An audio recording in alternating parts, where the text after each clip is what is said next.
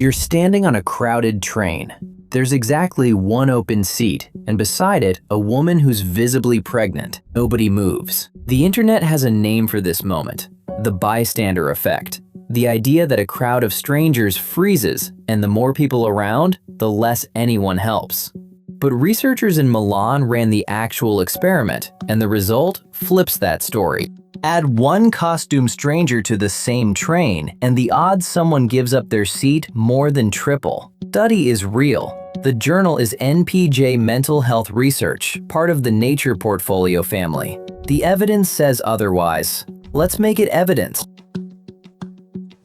For decades, psychology has told a consistent story about strangers in public. The more people who witness someone in need, the less likely any single person is to step in. It's called the bystander effect, and it's usually explained as a kind of diffusion of responsibility. Everyone assumes someone else will act, so no one does. That story has shaped how we think about cities, subways, and crowded public transport specifically.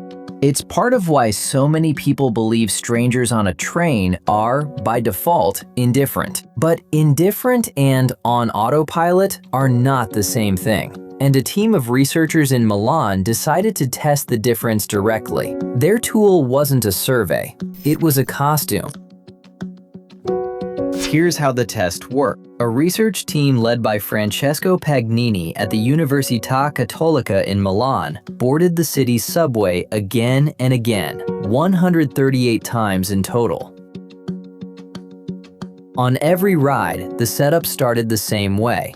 A female researcher, made to visibly appear pregnant, stepped onto a crowded train car alongside a second researcher posing as an ordinary passenger whose only job was to watch and record what happened next. No sign, no request, no spoken cue. Just a pregnant woman standing in a car that may or may not have an open seat.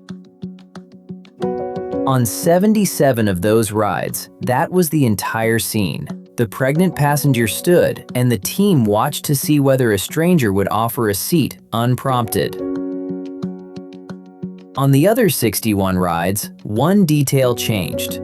A few seconds after the pregnant passenger boarded, a second stranger stepped through a different door of the same car, about 3 meters away. He was dressed as Batman. Full costume, cape, cowl, the works. He didn't approach anyone. He didn't gesture at the pregnant woman. He simply stood there, like any other passenger on his way somewhere. That's the entire manipulation. Everything else, the train, the crowd, the pregnant passenger, the city, stayed the same. The only variable the researchers changed was whether a costumed stranger happened to be riding the same car. Picture the ordinary version first. Rush hour, a packed car, people scrolling their phones, headphones in, eyes down. A pregnant woman gets on. Everyone's seen this scene 100 times, and on most rides, that's exactly why nothing happens. The moment folds into the routine, and the routine doesn't ask anything of anyone. Now picture the same car, the same crowd, the same tired commute. Except somewhere near the door stands a man in a full Batman costume, saying nothing, doing nothing, just riding along like everyone else. That's the only thing different. Same city, same fatigue, same pregnant passenger, one costume stranger. When there was no costume in the car, 37.66% of those rides ended with someone offering their seat. Little over a third.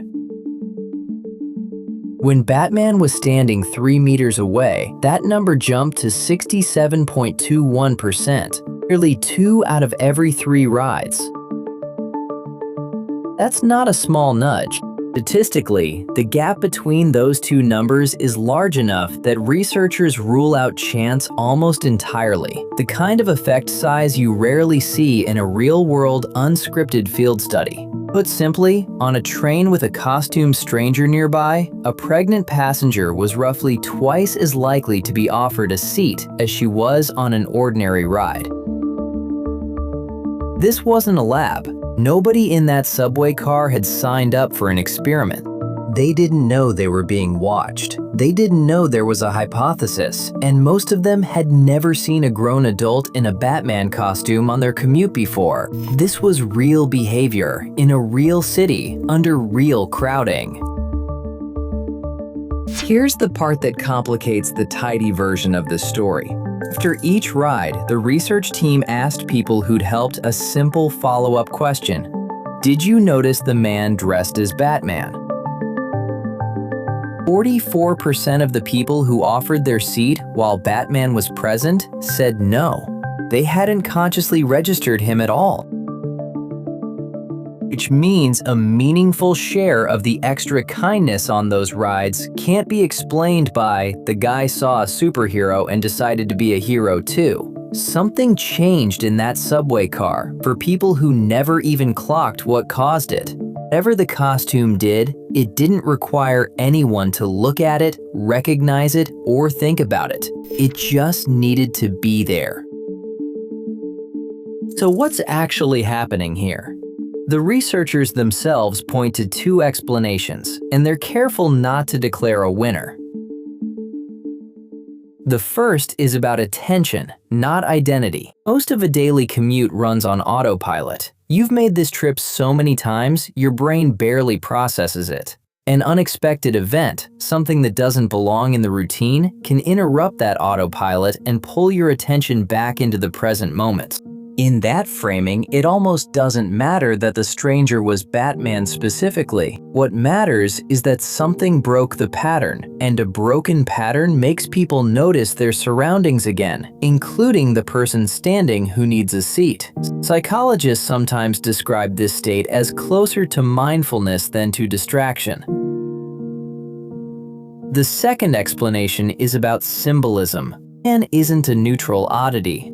He's a specific, recognizable shorthand for one idea, a person who steps in to help. Even a glimpse of that symbol, even one your conscious mind doesn't register, could quietly activate an association with heroism, chivalry, or basic moral duty, and nudge behavior before you've thought about it at all. This is closer to what researchers call priming, a cue that shifts behavior through association rather than reasoning.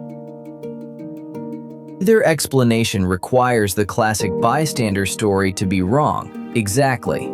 Diffusion of responsibility is still real in the right conditions. What this experiment suggests is that it isn't the only force operating in a crowd. An unexpected, identity-laden cue, a superhero, a costume, a symbol, can override the freeze, sometimes without you ever knowing it happened.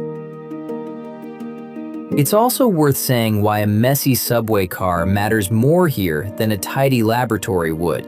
Lab studies can isolate a single variable almost perfectly, but they do it by stripping away the noise of real life, the fatigue, the phone in your hand, the actual social cost of standing up in front of strangers. A field experiment keeps all of that noise in place and still finds a signal underneath it. That's a harder result to get and a harder one to dismiss.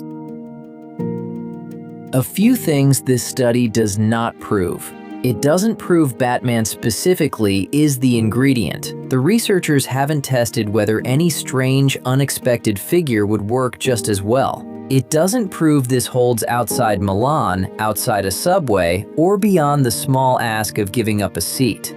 And this is one field study from one team, not yet independently repeated. 138 rides is a real number, but it isn't a mountain of replication.